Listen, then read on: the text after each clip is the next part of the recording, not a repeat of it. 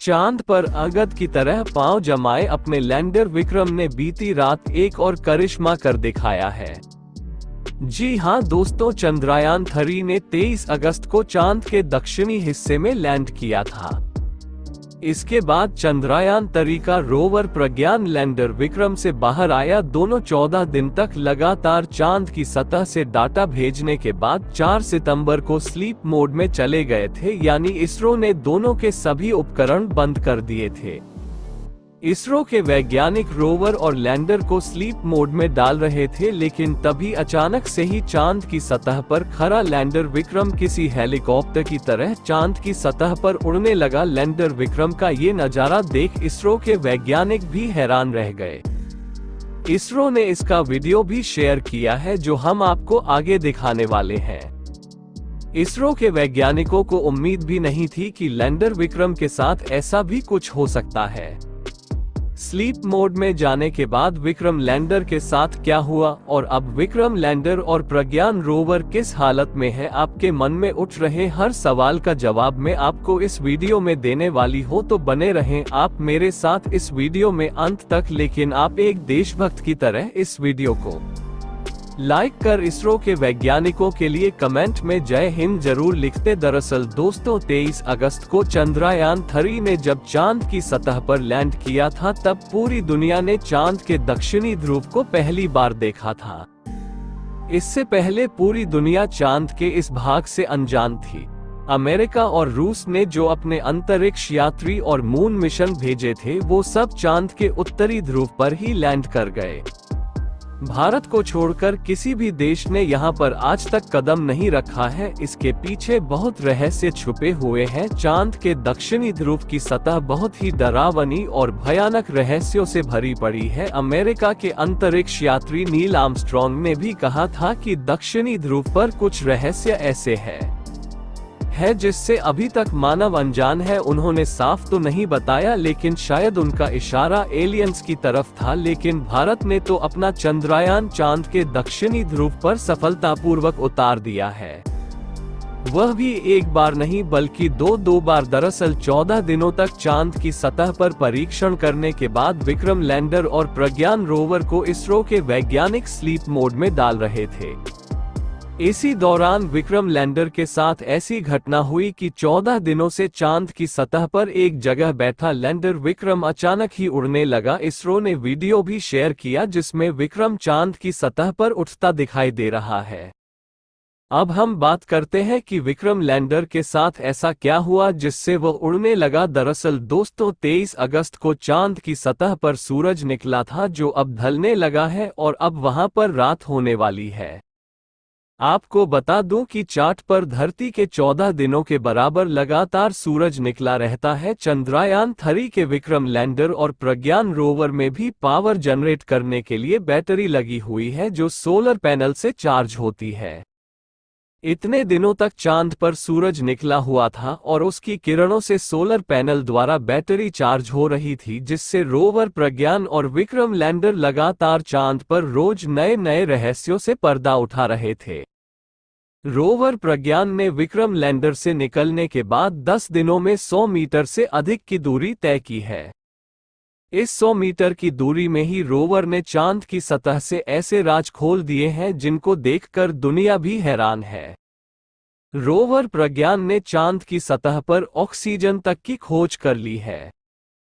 इस दौरान रोवर प्रज्ञान ने चांद की सतह के कई वीडियो और तस्वीरें इसरो को भेजी और चांद के कई रहस्यों से पर्दा जरूर उठा दिया। रूस और अमेरिका ने तो कभी यह सोचा भी नहीं था कि भारत का चंद्रयान इतना कुछ भी कर सकता है। अब चांद पर रात हो रही है तो रोवर और लैंडर के सोलर पैनलों को सूरज की रोशनी नहीं मिलेगी और बैटरी चार्ज नहीं होगी।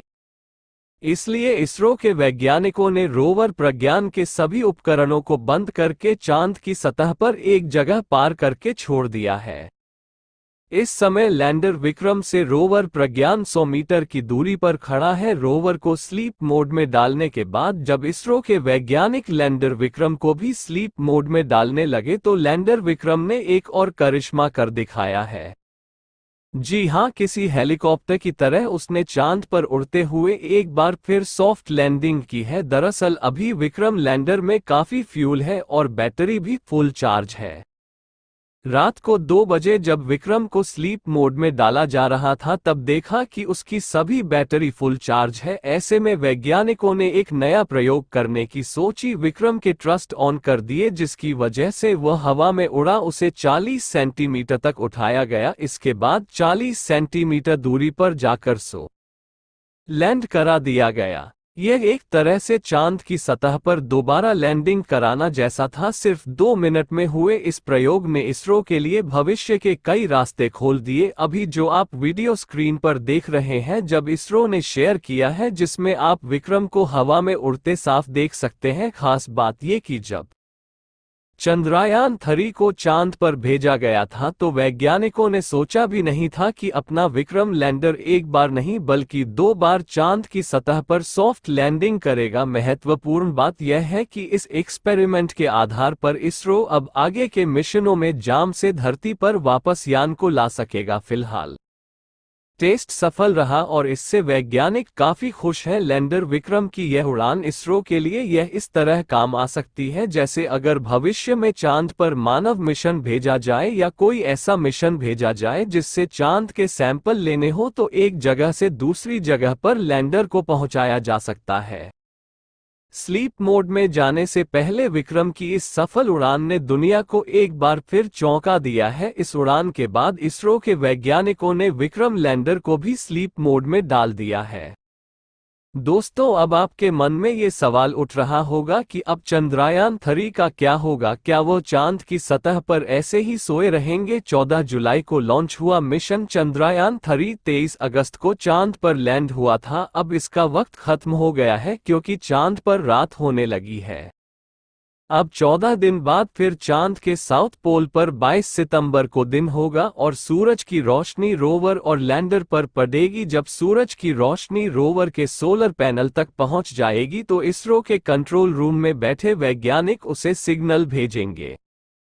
दोस्तों, रोवर के सभी उपकरणों को बंद कर दिया गया है लेकिन एक रिसीवर को चालू रखा गया है।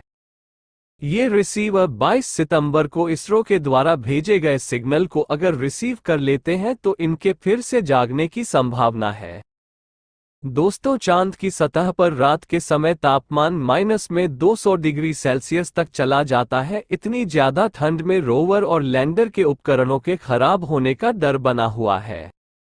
अधिक ठंड में बैटरी भी खराब हो सकती है। ऐसे में 22 सितंबर को इसरो के सिग्नल रोवर और लैंडर रिसीव नहीं कर पाएंगे।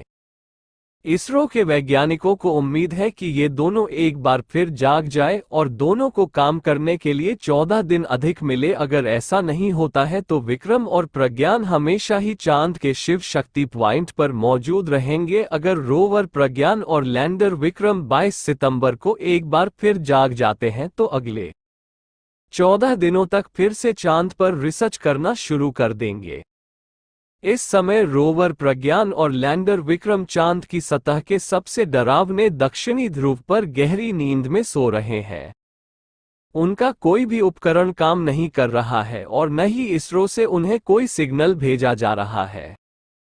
चंद्रयान 3 के रोवर और लैंडर के लिए यह आखिरी परीक्षा है जिसको पार करने के बाद भारत का इसरो दुनिया के इतिहास में एक नया कारनामा कर देगा। लगभग 14 दिनों तक आराम करने के बाद देखते हैं आखिर क्या होता है। दोस्तों, आपकी दुआओं के बल पर ही चंद्रयान 3 ने 23 अगस्त को चांद की सतह पर सफल लैंडिंग की थी। अब एक बार फिर आप कमेंट बॉक्स में प्रार्थना करें कि जब चांद की सतह पर 22 सितंबर को सूर्य की रोशनी पड़े तो हमारा चंद्रयान 3 नींद से जाग जाए और फिर से काम करने लग जाए।